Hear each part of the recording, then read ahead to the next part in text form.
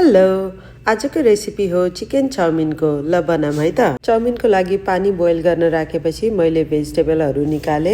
मैले चाहिँ यो फ्रोजन वाला लो मेन नुडल युज गरेको छु।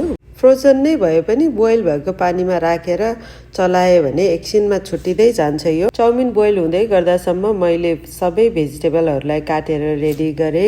चाउमिन 90% जति कुक भइसकेपछि चाहिँ मैले त्यसलाई निकालेर चिसो पानीमा राखिदिए। चिकनलाई पनि सानो सानो टुक्रामा काटिदिए। एउटा प्यानमा तेल तताएर चिकनलाई राखिदिए अनि पाक्नको लागि छोडिदिए। चिकनमा मैले थोरै सल्ट, क्युमिन, कोरिएन्डरको पाउडर र चिली पाउडर राखे। चिकन पाक्दै गर्दा अर्को साइडको ग्यासमा चाहिँ मैले वोकलाई राखेर तातो बनाए अनि त्यसमा तेल हालिदिए। वोक राम्ररी तात्यो भने चाहिँ खानेकुराहरू त्यसमा टाँसिँदैन। गार्लिक र ग्रिन चिल्लीलाई फ्राई गरिसकेपछि मैले त्यसमा क्यारोट, अनियन र बेल पेपरलाई राखिदिए।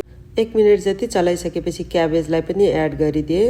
व्हाइट भेनिगर अनि चिली पाउडरलाई पनि राखेर मिक्स गरिदिए। भेजिटेबल सफ्ट भइसकेपछि अघि फ्राई गरेको चिकनलाई पनि मैले त्यही एड गरिदिए। बोइल गरेको चाउमिनलाई राखेर त्यसको माथि चाहिँ मैले लाइट सोया र डार्क सोया सस दुवैलाई राखिदिए। ससहरू राखिसकेपछि त्यसलाई मैले मजाले चलाइदिए। चलाइ फ्राई गऱ्यो भने चाहिँ सस पनि सबैतिर लाग्छ अनि यो प्यानको तल पनि लाग्दैन।